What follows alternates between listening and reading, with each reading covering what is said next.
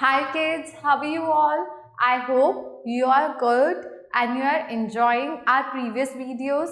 So today we are going to start with chapter number 13 and that is ratio and proportion.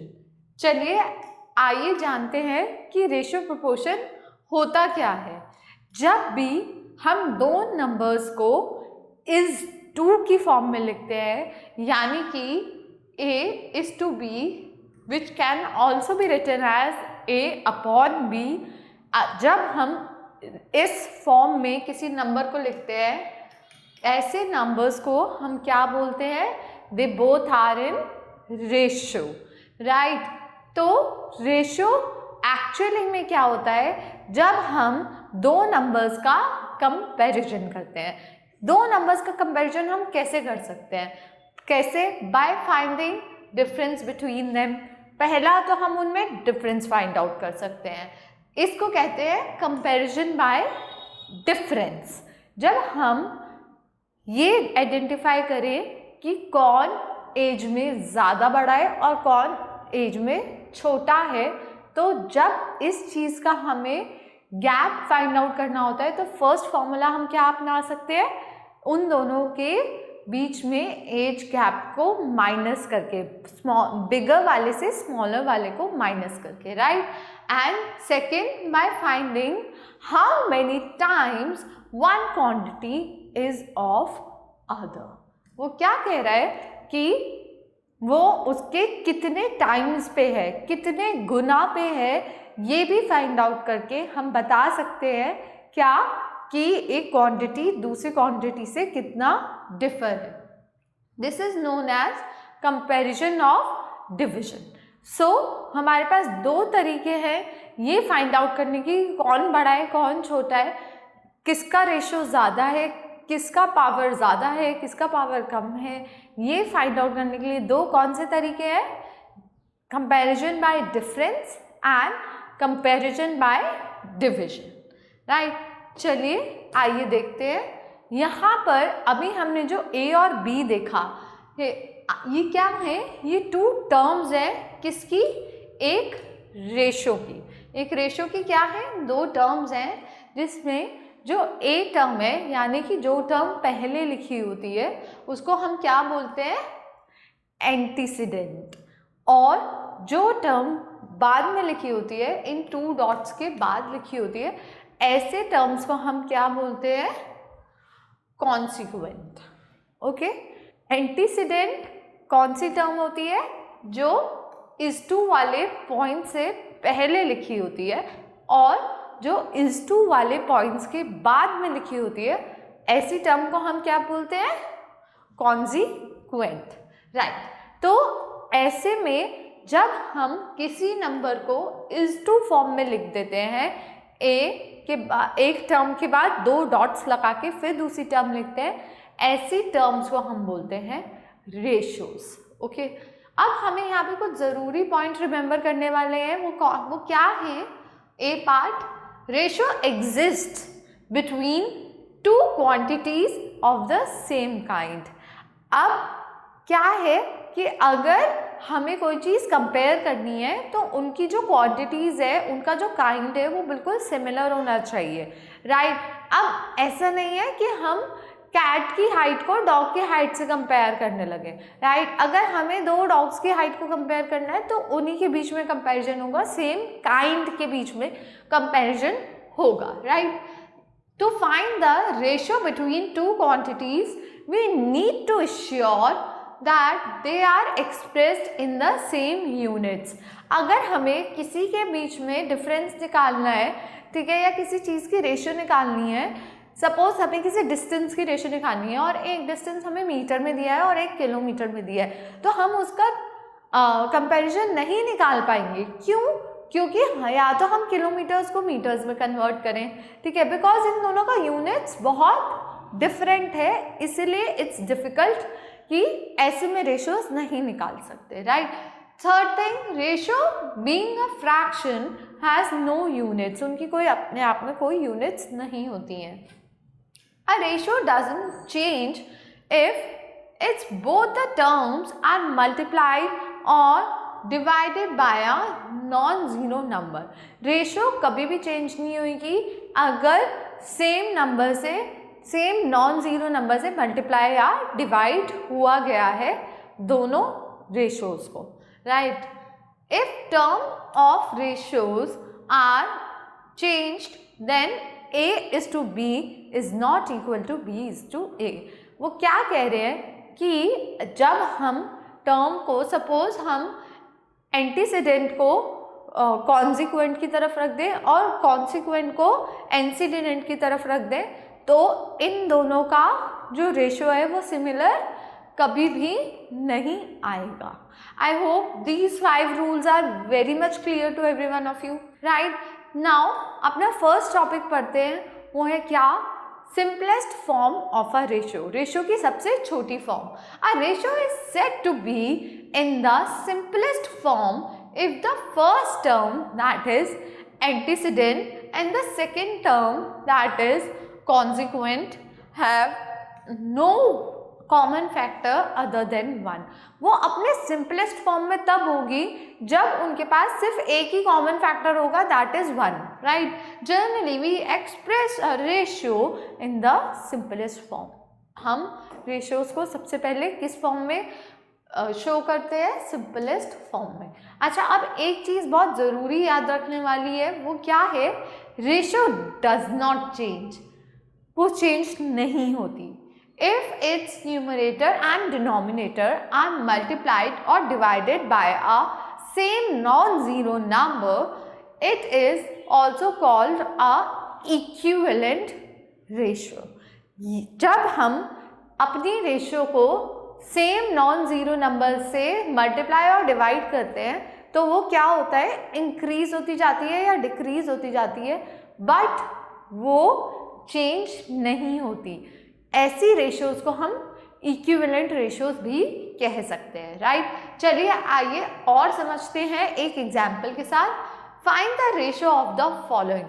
इनकी ratios find out करनी है। A part भी क्या कहता है, 36 मिनट्स टू 2 आवर्स। 36 मिनट्स और 2 hours की रेशियो फाइंड करनी है। क्या हम दो अलग क्वांटिटीज की रेशियोज फाइंड आउट कर सकते हैं?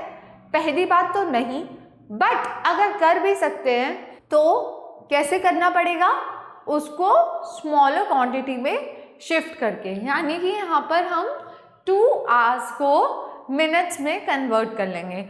सो 1 आवर में वी नो 60 मिनट्स होते हैं, तो 2 आवर्स में कितने होंगे, 120 मिनट्स। सो 36 अपॉन 120 कितना होगा, यहाँ पर रेशियो निकल कर आया 3:10, राइट। चलिए आइए देखते हैं बी पार्ट, ₹200 to 75। 200 रुपीज़ को 75 का और ₹75 का रेशियो निकालना है, तो यहाँ पे एंटीसीडेंट क्या है 200 और कॉन्सिक्वेंट क्या है 75।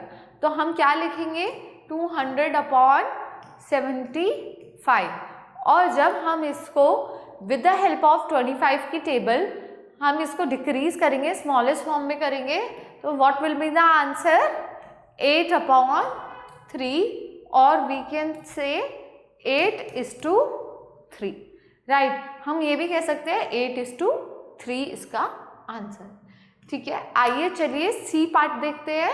2 मीटर टू 35 सेंटीमीटर। अब कौन सा बड़ा होता है, मीटर्स बड़े होते हैं कि सेंटीमीटर्स बड़े होते हैं? ऑब्वियसली मीटर्स बड़े होते हैं। तो अब हम क्या करेंगे, 2 मीटर्स को सेंटीमीटर्स में कन्वर्ट कर लेंगे। तो यहाँ पे 1 metre is equals to 100 centimetre होता है। सो 2 मल्टीप्लाई बाय 100, यहाँ पे कितना आ गया, 200 centimetre. So 200 upon 35। What answer? After simplifying, we'll get the answer 40 upon 7, or we can also say 40:7, right? So यहाँ पर required ratios में हमें 3 में से 2 examples को क्या करना पड़ा, convert करना पड़ा, so that we can easily find out the ratio, right? चलिए आइए देखते हैं अपने second topic, that is equivalent ratios पर। We know that the quotient does not change if the dividend and divisors are multiplied or divided by the same non-zero numbers. वो क्या कह रहा है कि अगर क्वेश्चंस पे कोई फर्क नहीं पड़ेगा अगर डिविडेंड और डिवाइजर क्या हो रहे हैं, सेम नॉन जीरो नंबर से मल्टीप्लाई या डिवाइड हो रहे हैं. ठीक है. The ratio are so obtained by multiplying और dividing are called equivalent ratios. ऐसी रेशियोज जो कि जिन पे कोई फर्क नहीं पड़ता, जिनकी कोशेंट पे कोई फर्क नहीं पड़ता, उनका डिविडेंड और डिवाइजर जितने से भी मल्टीप्लाई या डिवाइड हो रहा हो, बट मेक श्योर कि वो दोनों सेम नंबर्स हों. ठीक है. सो यहाँ पर हम एक एग्जांपल देख रहे हैं 5:6 का. यहाँ पर हमने 5:6 को पहले 3 से मल्टीप्लाई किया, फिर उसी जब 5:6 का रेशो निकल कर आया 15:18, फिर सिमिलरली 12:36 का एक और रेशो देखा, उसमें क्या हुआ 12:36 को डिवाइड करा गया सेम नंबर से 12, दैट इज उसका रेशो निकल कर आया 1:3.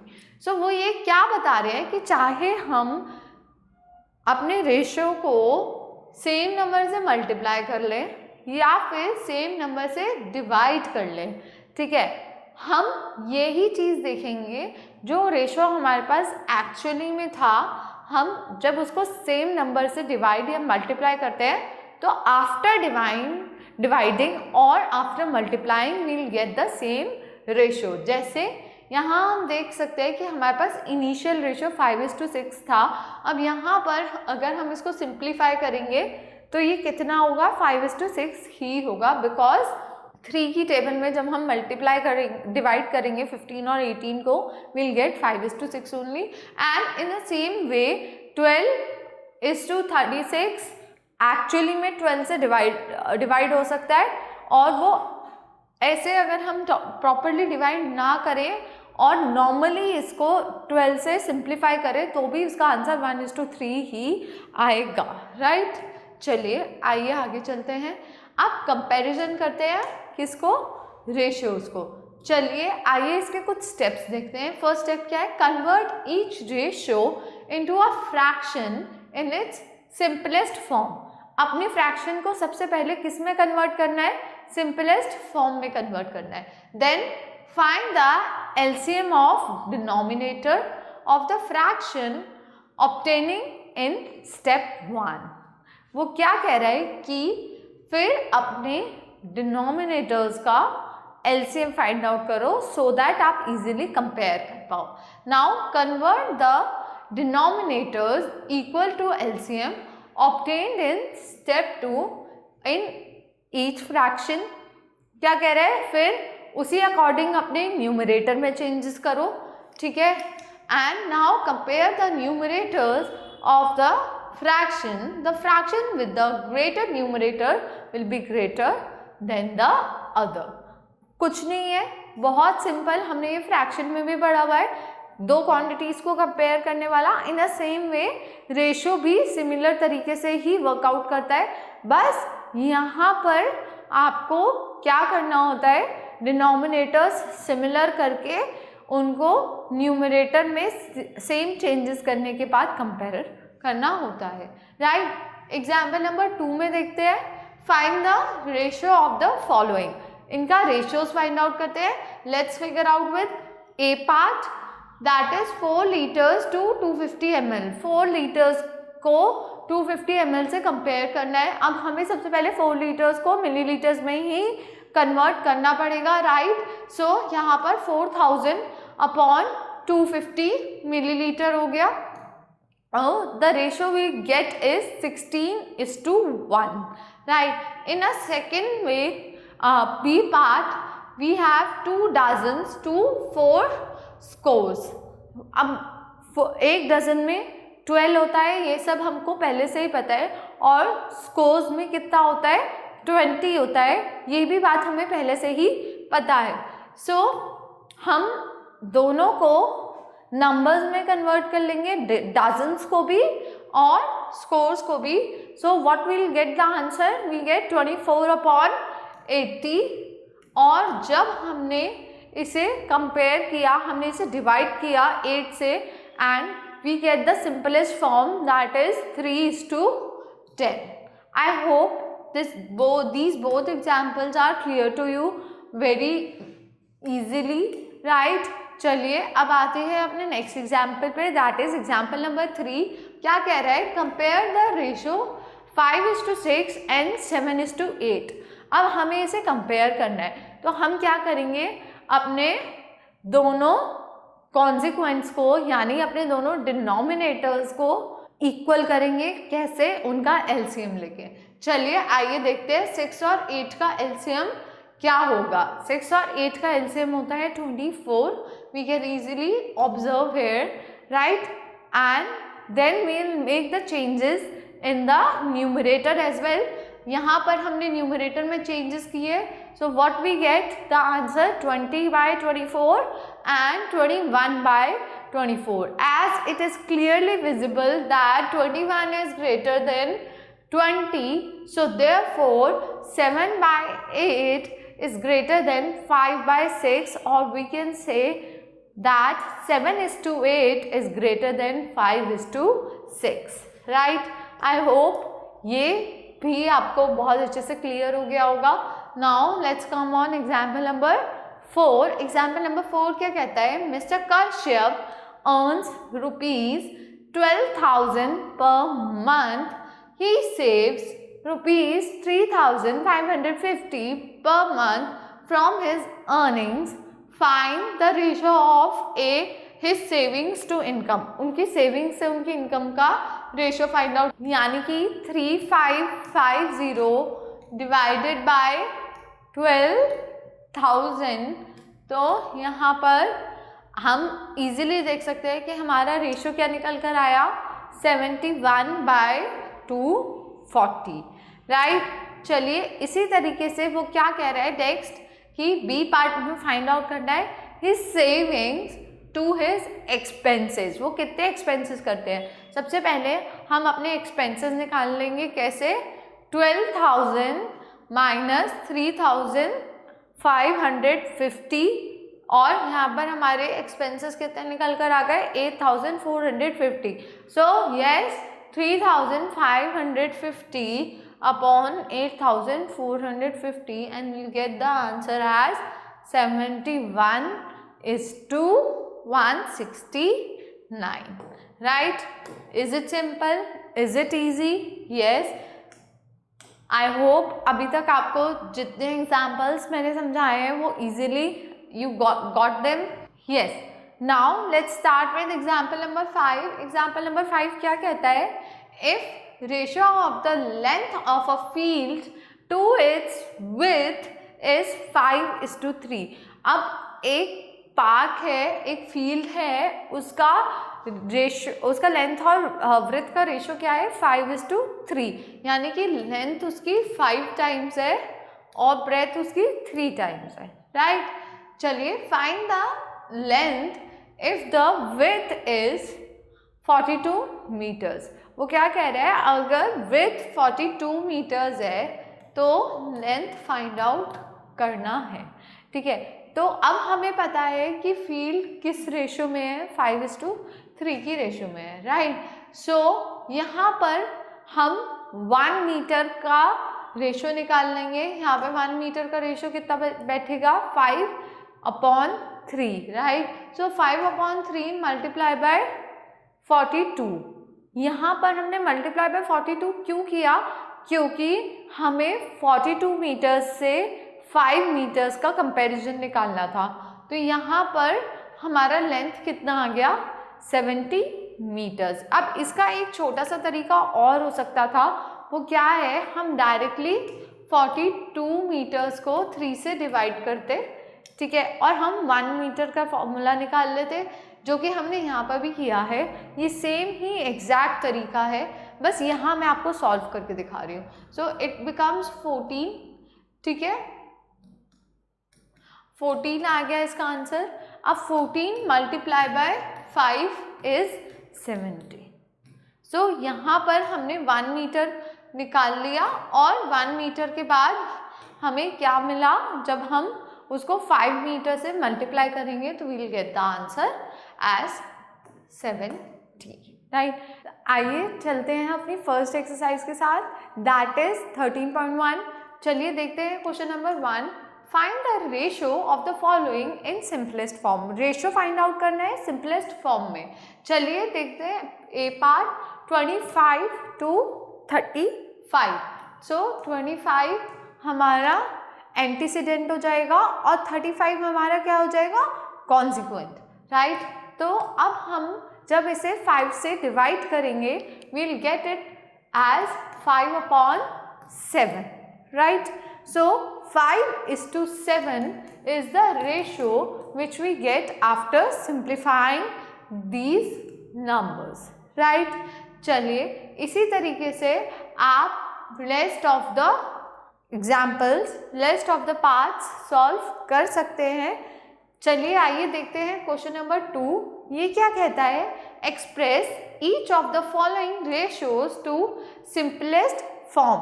इनको सिंपलेस्ट फॉर्म में एक्सप्रेस करना है। आइए सी पार्ट को एक्सप्रेस करते हैं। 36/45। As we know both the numbers are divisible by 9, so 9 4s are 36 and 9 5s are 45. So what ratio we got is 4:5. Rest parts you can do it by yourself, right? Now let's go on. Question number 3. Find the ratio of 3.2 meters to 48 meters.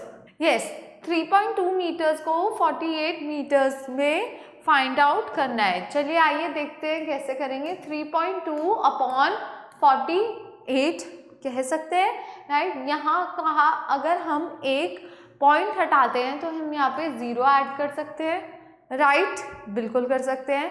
तो हम देख सकते हैं कि ये दोनों ही numbers 16 की table से बहुत इजीली डिवाइड हो पा रहे हैं।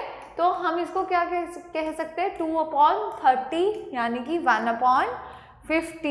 और हम ये भी कह सकते हैं 1:15 का रेशियो में है, right. Rest of the numbers, rest of the parts you have to do by yourself. Now let's come on question number 4। क्या कहता है, which ratio is larger in the following pair. कौन सा रेशियो लार्जर है, आइए ये भी देख लेते हैं। इसको देखते हैं हम क्वेश्चन नंबर नहीं ए पार्ट से। 5:6 या फिर 3:4। पहले हम इसको किस फॉर्म में लिख लेंगे, फ्रैक्शन फॉर्म में लिख लेंगे, राइट। फिर हम इनके क्या करेंगे, सबसे पहले जल्दी से बताइए, डिनोमिनेटर्स इक्वल करेंगे। Very good. चलिए हमने यहाँ पे डिनोमिनेटर्स दोनों के 12 कर लिए हैं, तो 12 multiply bye 2, right, and multiply by 3, so 10 and 9। Obviously 5/6 यहाँ पे 10/12 हो गया एंड 9/12 हो गया। सो कौन सा बड़ा है, 10/12, that is 5/6 is a greater fraction than what, 3/4। Yes, चलिए आइए देखते हैं question number 5। Rest part you have to do by yourself, and question number 5 says which ratio is smaller in the following pairs। हम फिर से again जैसे हमने question number 4 किया, दोनों डिनोमिनेटर्स को कंपेयर किया, राइट, उनको इक्वल किया, फिर उसके बाद न्यूमरेटर में चेंजेस करे एंड द स्मॉलर, बस यहाँ था हमें यहाँ लार्ज फाइंड आउट करना था और अब यहाँ पे हमें स्मॉल फाइंड आउट करना है, तो the smaller will be the answer, right. कहेंगे तो मैं आपको एक सॉल्व करके फिर भी दिखा दूंगी। चलिए आइए सी पार्ट सॉल्व कर ही लेते हैं। 15:10 एंड 6:5। तो हम इसको सबसे पहले फ्रैक्शन के फॉर्म में लिखेंगे, 15/10 एंड 6/5। तो यहाँ पर हम इसी में ही चेंजेस करते हैं, तो will get 15/10 and 12/10। So which is smaller, 12/10 is smaller, so that's why 6/5 is a smaller fraction, right. आइए देखते हैं क्वेश्चन नंबर 6 क्या कहता है, find the ratio of the price of coffee to that of tea when coffee cost ₹60 per 250 grams and the tea cost 180 per kg। वो क्या कह रहा है कि कॉफ़ी का जो कॉस्ट है वो ₹60 पर 250 ग्राम्स है। तो अब हम एक काम करते हैं, टी को भी 250 ग्राम्स में कन्वर्ट कर लेते हैं। कैसे करेंगे, 180 डिवाइडेड बाय 4। ऐसा हमने डिवाइडेड बाय 4 क्यों किया, बिकॉज 250 1/4 होता है किसका, 1000 का। तो दैट्स वाई हमने इसको 4 से डिवाइड कर दिया, तो हमारे पास आंसर कितना आया, 45। सो 250 ग्राम्स का जो प्राइस था वो कितना हो गया, 45 रुपीज़, राइट। और कॉफ़ी का प्राइस कितना था, 60। तो 60:45। क्या ये इजीली हो जाएगा, यस। अब इसका आंसर क्या आ जाएगा, 4:3, because both the numbers are easily divisible by 15, right. So the answer of 6th question is 4:3, right. चलिए आइए क्वेश्चन नंबर 7 पे आते हैं। Of the 144 persons working in a factory, एक फैक्ट्री में 144 पर्सन्स वर्किंग है, 56 are men and the remaining are women. 56 men है, बाकी वुमेन है, ठीक है। Find the ratio of the number of A main to that of women, ठीक है। चलिए सबसे पहले तो हम यही कैलकुलेट कर लेते हैं कि इस फैक्ट्री में वुमेन्स कितनी है। So 144 minus 56, let's calculate it, कितना आया, 88, right. So the number of womens are 88 and number of mens कितने हैं, 56। So 56 upon 88। क्या हम इसको सिंप्लीफाइड फॉर्म में कन्वर्ट कर सकते हैं, yes it is easy, it's your homework, okay. Now let's go on B part. Men to the total number of persons, men 56 है अपॉन 144, ठीक है। फिर आप इसको सिंप्लीफाइड फॉर्म में करके इसका रेशियो फाइंड आउट कर सकते हैं। Women to the number total number of people, 88 upon 144, again you can find the ratio. मैंने आपको सब सिंप्लीफाइड फॉर्म में बता दिए, अब इनका रेशियो सिंप्लीफाइड फॉर्म में डिवाइड करके आपको खुद से निकालना है, राइट। चलिए आइए देखते हैं क्वेश्चन नंबर 8। ये क्या कहता है, a car travels 200 kilometre in a hour in 4 hours, right, and a train travel 36 kilometers in 6 hours, okay. Find the ratio of their speeds। सबसे पहले यहाँ पर हमें क्या करना पड़ेगा, एक तो hours सिमिलर करने पड़ेंगे, ठीक है, और इनका रेशियो फाइंड आउट करना पड़ेगा स्पीड अपॉन टाइम के बेसिस पे इनके हमें स्पीड निकालनी पड़ेगी, राइट, और फिर इनको कंपेयर करना पड़ेगा, राइट।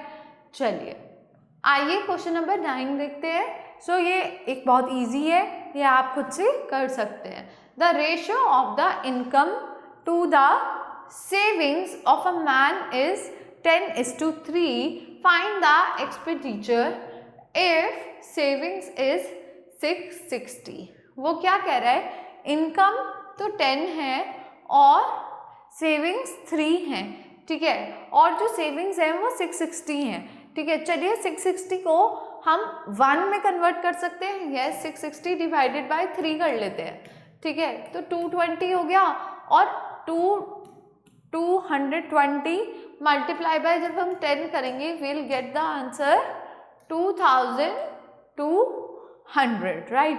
2200 में से वो इंसान कितने पैसे सेव करता है, 660।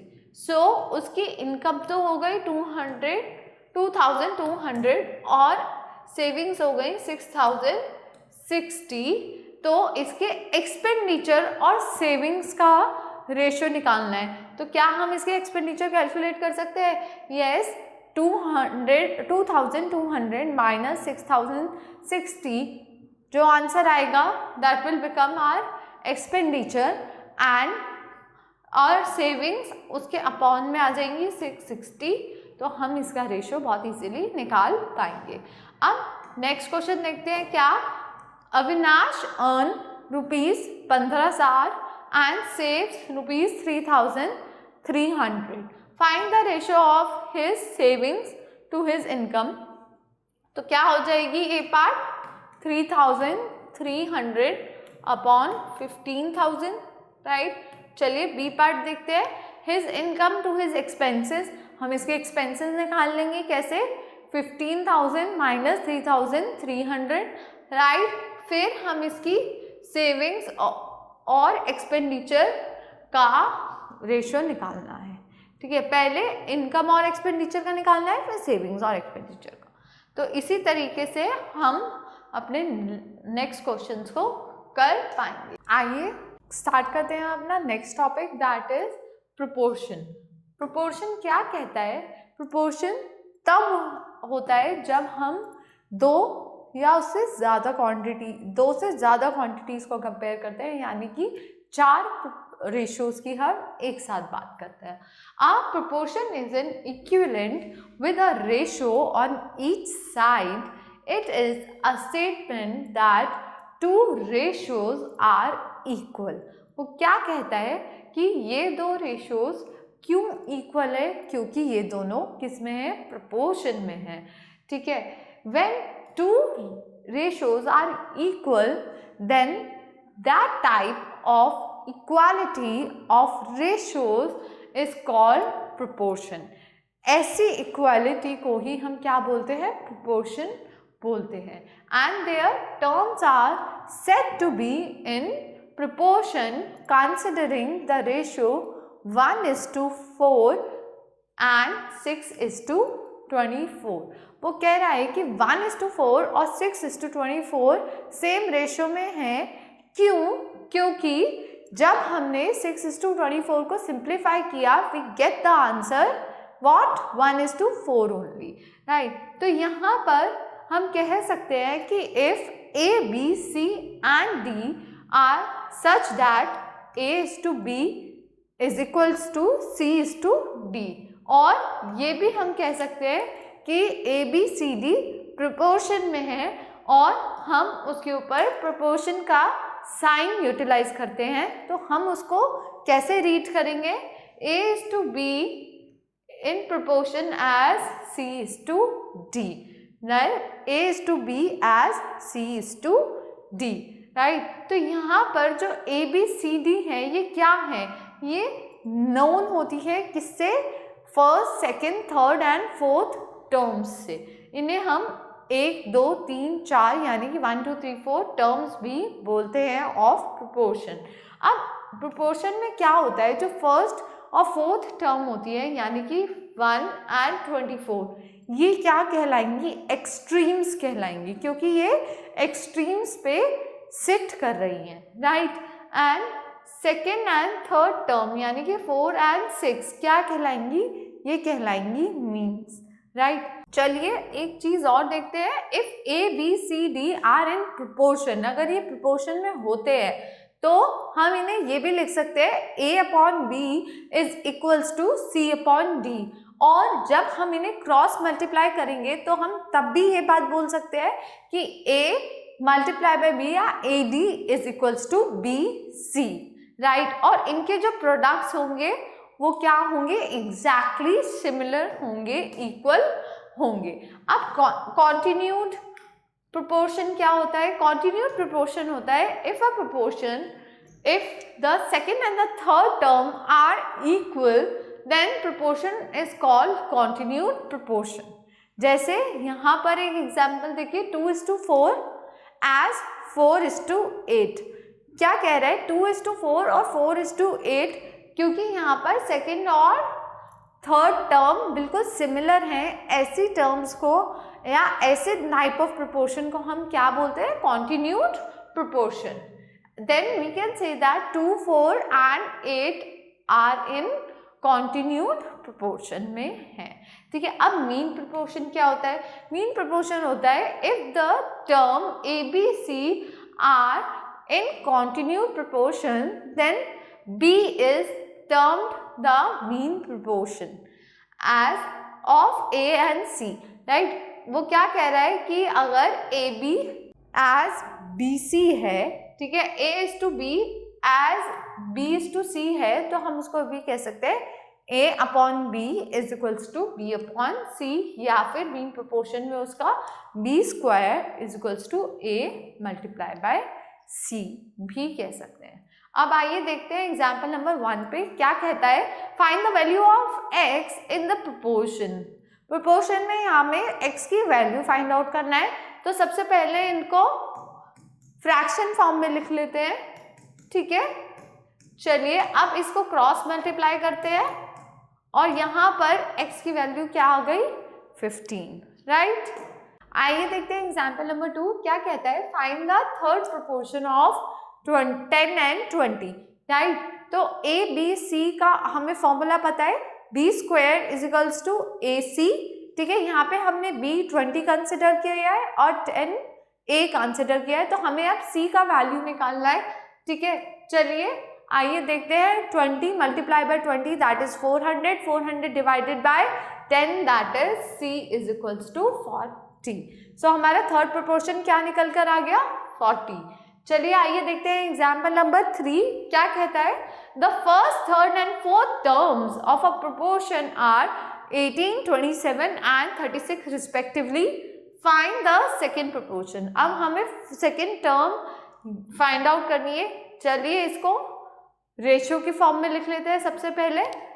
और अब हमने क्या किया है, ए और डी को साथ में मल्टीप्लाई कर दिया एंड बी और सी को साथ में, राइट। तो यहाँ पर we get the answer as x का value is 24, right.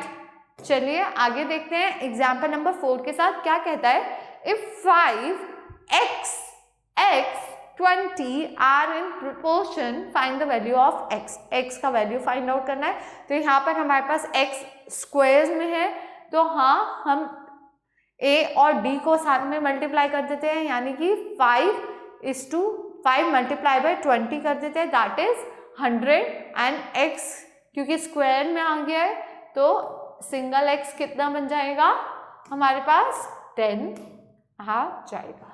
So the value of x is 1 single x is 10, okay. चलिए आइए देखते हैं एग्जाम्पल नंबर 5। ये क्या कहता है। If 4x and 16 in continued proportion, find the value of x। 4x और 16 continued proportion में है, तो x की वैल्यू फाइंड आउट करना है। तो क्या कैसे निकलेगा, मिडल वाली टर्म को हम डबल मल्टीप्लाई कर देंगे और यहाँ पर हमारे पास x स्क्वायर कितना आ गया 64 and we know 64 is the square of 8, so yes x is equals to 8। I hope all the examples are clear to you and it is very easy. चलिए आइए इसी के साथ स्टार्ट करते हैं अपनी next exercise that is exercise 13.2। इसका question number 1 देखते हैं। Are the following in proportion. A part देखते हैं 16:24 एज 20:30, राइट। वो क्या कह रहा है, क्या ये प्रोपोर्शन में है। हाँ ये प्रोपोर्शन में है। कैसे, अगर हम अपने फर्स्ट और सेकेंड टर्म्स को डिवाइड करते हैं 8 से और थर्ड और फोर्थ टर्म को अगर हम डिवाइड करते हैं 10 से, तो हमें सेम आंसर मिलेगा दैट इज 2/3। यहाँ पर भी 2/3 is equal to 2/3। So yes the first A part is in proportion.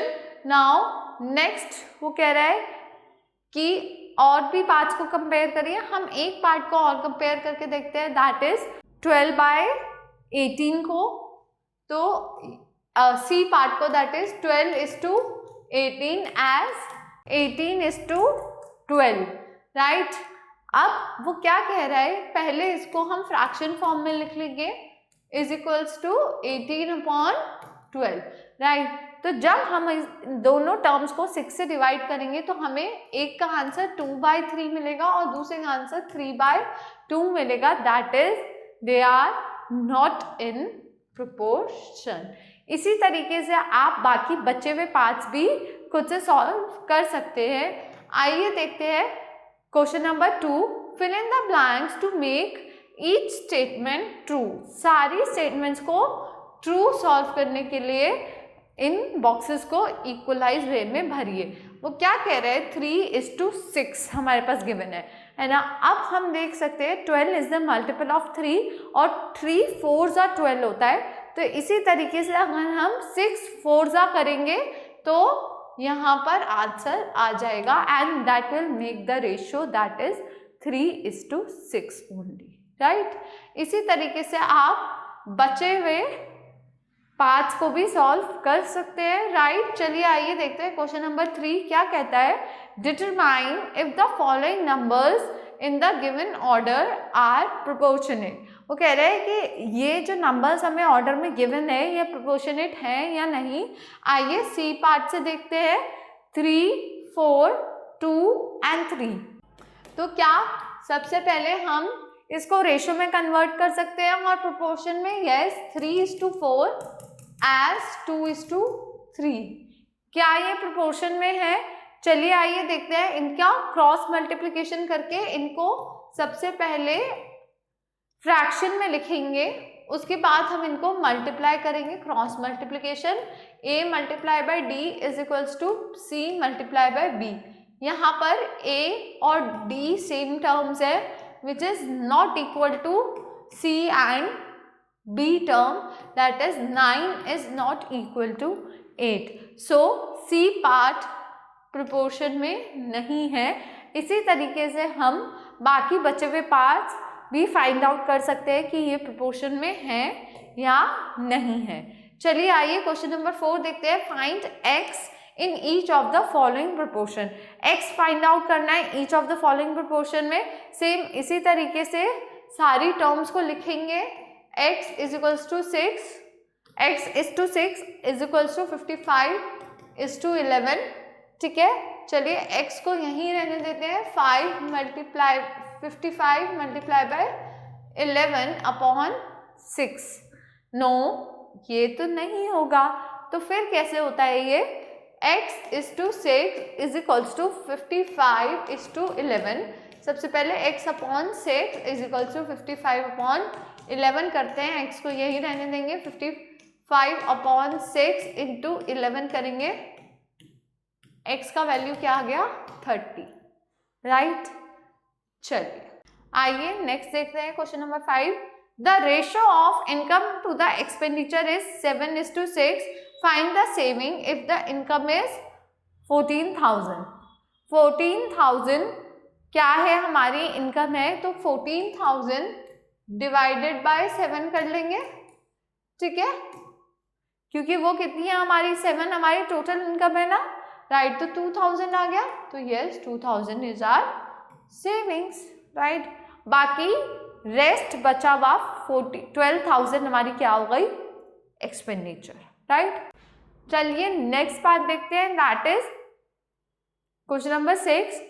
The ratio of the sales of eggs on a Sunday to that of the whole week is 3:7.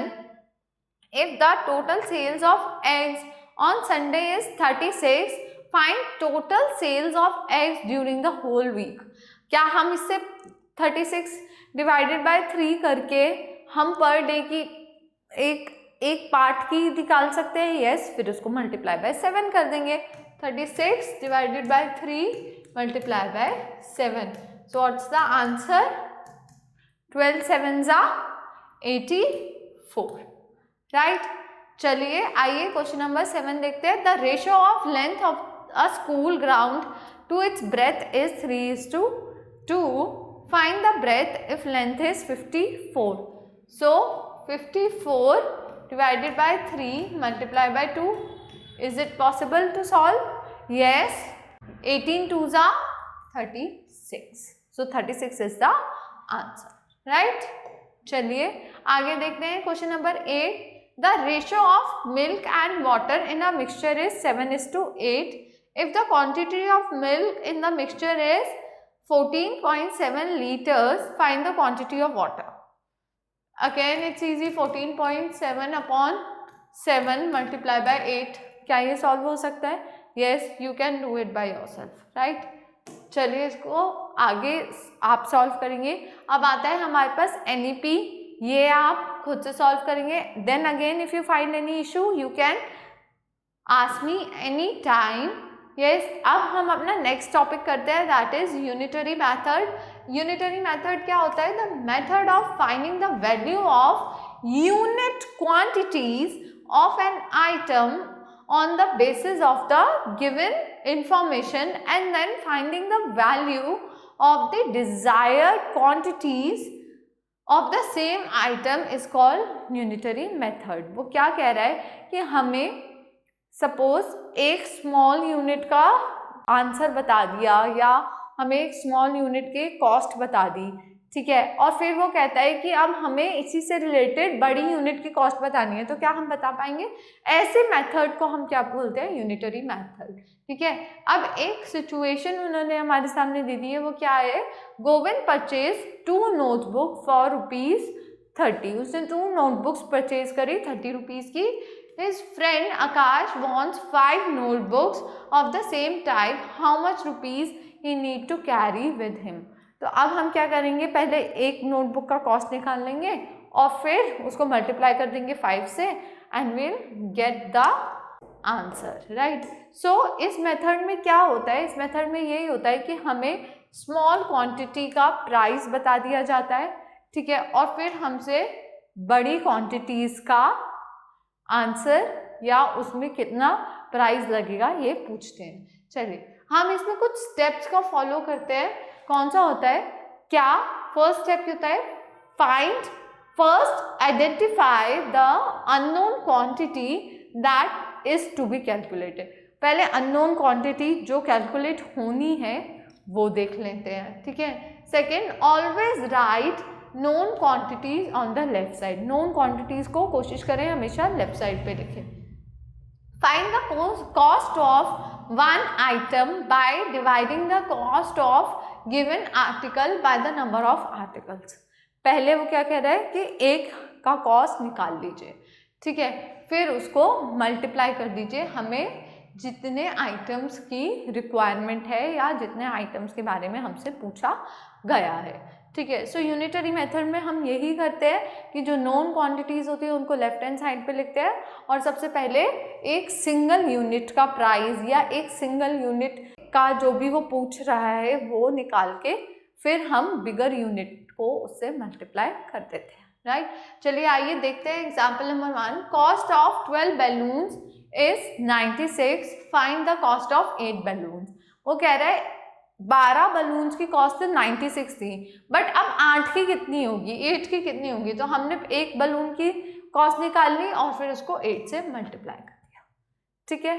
So 8 balloon की cost कितनी आई? 64 rupees, यानी कि एक balloon की कितनी cost थी? 8 rupees थी, right. चलिए आइए देखते हैं एग्जाम्पल नंबर 2 क्या कहता है। A car travels 120 kilometre in 3 hours. 3 घंटे में 120 किलोमीटर्स चलती है। How long will it take to travel 360 kilometres. वो कह रहा है 360 किलोमीटर्स रन करने में कितना टाइम लगाएगी। तो हम पहले एक आवर में कितनी चलती है हम ये इसका स्पीड निकाल लेते हैं, राइट। तो हमने क्या करा, एक आवर 1 किलोमीटर में 3 डिवाइडेड बाय 120 कर लिया, right.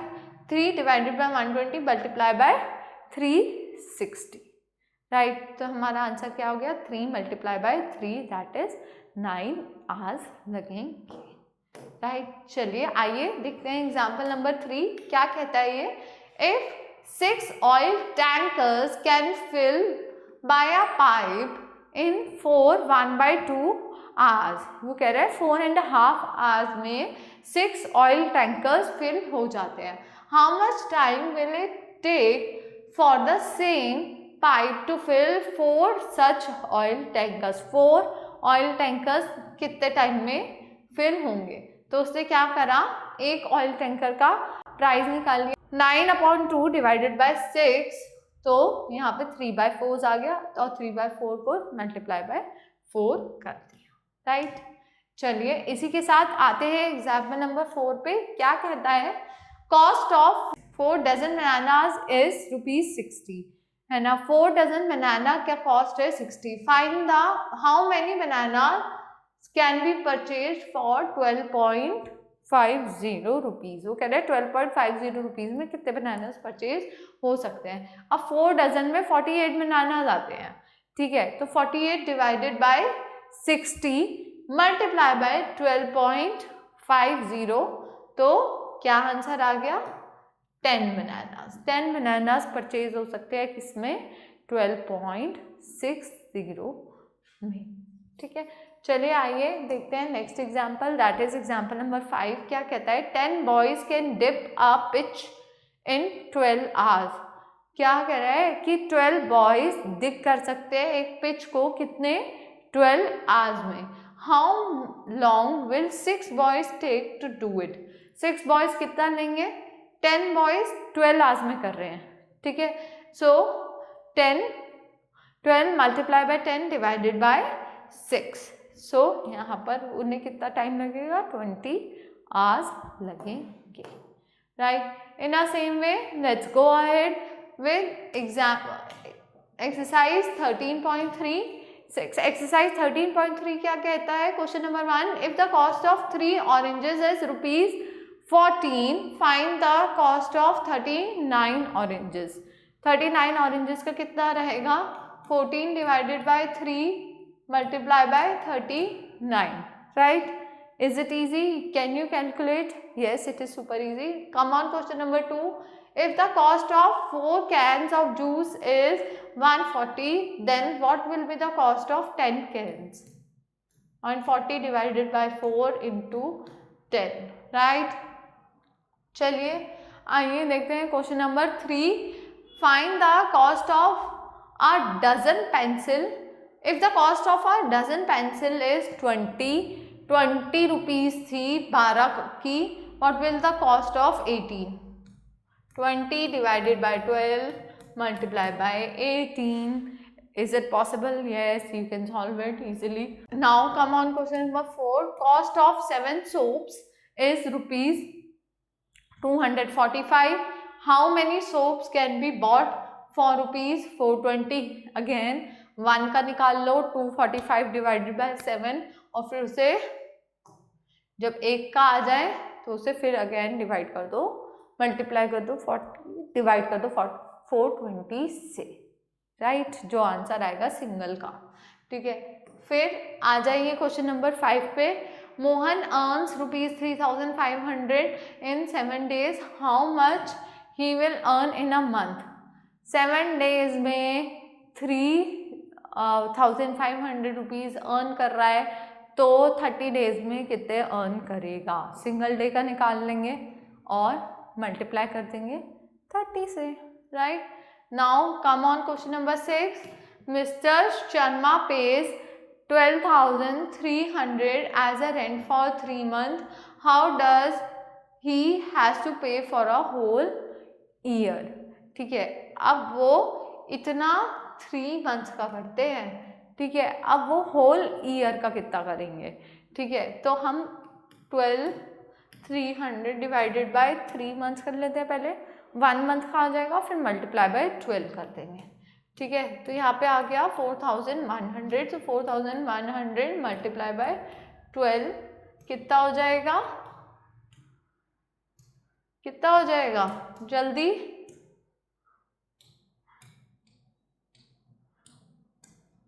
49,200, right.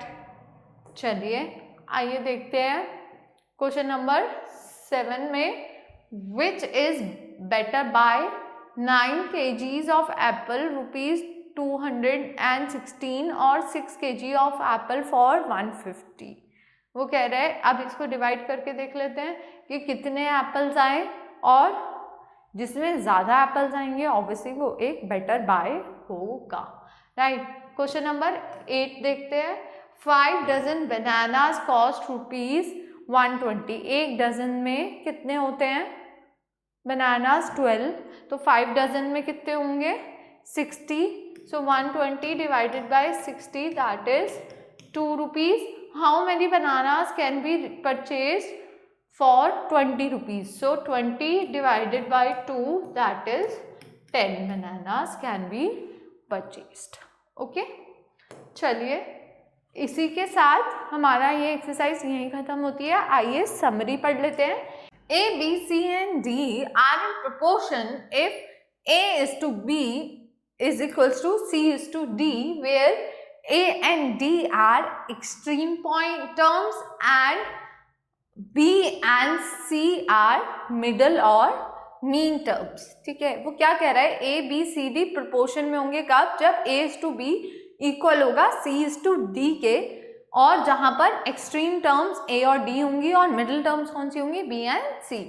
In a proportion the product of the extreme terms equal to the product of the middle terms. Middle terms का प्रोडक्ट और एक्सट्रीम टर्म्स का प्रोडक्ट क्या होगा, इक्वल होता है. Find the unit value of something in order to calculate the value of an item for a given number of unit is called unitary method. वो क्या कह रहा है कि हमें एक छोटे यूनिट की वैल्यू गिवन है और हमें फाइंड आउट करना है थोड़ा बड़े वैल्यू की, ठीक है, जिनका आइटम सेम होता है.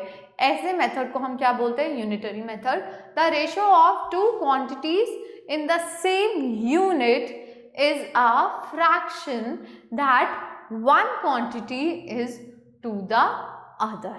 वो क्या कह रहा है, फ्रैक्शन या रेशियो क्या होता है. रेशियो ऐसी टू क्वांटिटीज होते हैं जिनका फ्रैक्शन क्या होता है, 1/2 होता है या वन क्वांटिटी अपॉन अनदर होती है. Right, the ratio of two numbers is usually expressed in its simplest form. Ratio हमेशा सिंपलेस्ट फॉर्म में एक्सप्रेस किया जाता है. यहाँ पर अब हमारे पास एक NEP और आता है और ये आपको खुद से सॉल्व करना है. Right, now we have some MCQs and this and a mind booster activity which you have to solve yourself. With this chapter got to an end. I hope this chapter is very much clear to you and you enjoyed watching the video. I hope you all understood it very well. With this, I am taking a leave. Bye bye. Stay tuned.